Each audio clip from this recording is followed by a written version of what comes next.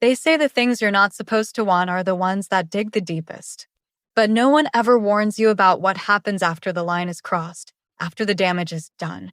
This isn't a story about an affair. It's a story about what happens when boundaries disappear, when trust becomes blurry, and when love isn't what you thought it was. My name is Claire Bennett. I used to be someone people admired, dependable, steady, the kind of woman who folded laundry into perfect squares, who kissed her husband on the cheek every morning, even if it didn't mean anything anymore. My husband, Thomas, was the kind of man who never changed. Calm, quiet, predictable. 20 years together, and I knew every expression on his face before he even made it. We built a life in a quiet town in North Carolina. It wasn't perfect, but it was stable, safe, and I thought that was enough until Lucas came into our lives. We adopted Lucas when he was 16. He'd been through too much, bounced from home to home with nothing to anchor him. When we brought him into our house, he barely spoke, kept his head down. Like he was afraid if he got too comfortable, we'd throw him out too. And maybe that's why I loved him the way I did. Maybe I saw a version of myself in him. The parts of me I never let anyone else see. I gave him everything. Patience, love, attention. He started to open up slowly, piece by piece. And I told myself I was doing the right thing, that this was what mothers do. But something shifted over time and I didn't see it. Or maybe I did, but I ignored it because facing it meant admitting something awful. Something I still hate myself for. One night, Thomas was working late. I was cleaning up after dinner. Lucas had gone upstairs, said he was tired, but the house felt too quiet, not peaceful, tense heavy. I don't know why I went upstairs. Maybe I just wanted to say goodnight. Maybe I was looking for something I didn't even realize yet. I knocked on his door. No answer.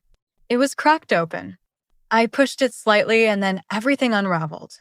He was on his bed, shirtless, jeans unbuttoned, his hand between his legs. I froze completely. My breath caught in my throat.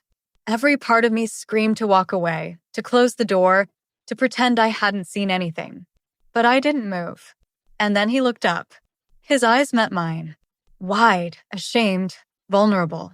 He yanked the blanket over himself, panic all over his face. I should have backed out, said something, anything. But I stepped into the room instead, and I closed the door. He didn't speak, neither did I. It felt like time had stopped. I could hear my own heart pounding in my ears. And then I whispered, "It's okay." Those 2 words still haunt me because they weren't okay. None of it was. But the way he looked at me in that moment, like I was the only person in the world who'd ever seen him, truly seen him. It broke something open inside me. Or maybe it exposed something that was already cracked. He said, "I think about you all the time. I know it's wrong, but I can't help it." And I don't know what came over me, but I reached out, brushed his cheek, and then he kissed me, soft, trembling, scared, and I let him. I kissed him back.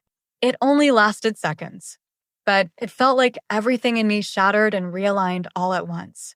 In that moment, he wasn't my son. He wasn't a boy. He was just a person who needed something, and I gave it to him. I wish I could tell you I stopped it right there. I wish I could tell you I was strong enough, but I wasn't. After that night, everything changed. I couldn't look at myself in the mirror. I avoided Thomas. Lucas avoided me. The house was filled with silence that screamed louder than any argument ever could. Thomas noticed. Of course he did. He asked what was wrong. I told him I was tired, distracted, nothing serious, just life. But life had already collapsed. I just hadn't admitted it yet. A few days later, Lucas came downstairs late at night. I was sitting in the kitchen, glass of wine in my hand, hoping it would numb the ache in my chest. He stood in the doorway and said, "We need to talk." I didn't even look at him. I just whispered, "We can't. This is wrong." He stepped closer. Too close. He said, "It wasn't a mistake. You felt it too. I know you did. I've loved you since the moment I came into this house." My hands started to shake. I couldn't breathe. I didn't want to feel anything. But everything inside me was on fire. And just as he reached for my hand, the front door opened. Thomas. He was home early. He saw us, saw the space between us that wasn't wide enough, saw the expression on my face, the way Lucas moved back, guilty. Thomas didn't say anything at first, just stared. And I knew he knew. Lucas left the room and I stayed behind, staring at the floor. That night, Thomas asked me, "What's going on with you two?" And I couldn't lie.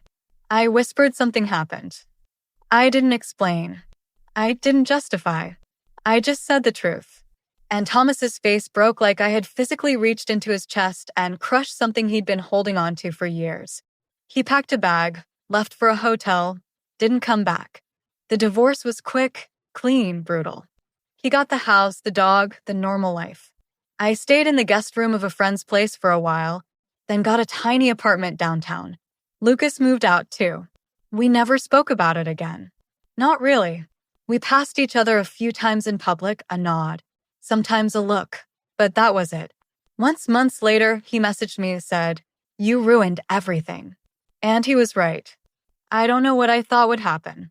Maybe I believed it was just a moment, a flicker, something we could both forget. But it doesn't work like that. The things you do in the dark don't stay hidden. They follow you. They crawl into your bed at night and whisper reminders into your ear while you try to sleep.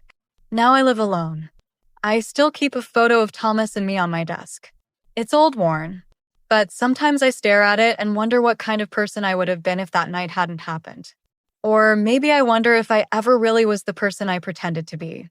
I'm not telling this story because I want sympathy. I don't expect forgiveness. I don't even know if I deserve it. But I tell it because sometimes the worst things we do are the ones we never planned. Sometimes love gets twisted into something unrecognizable.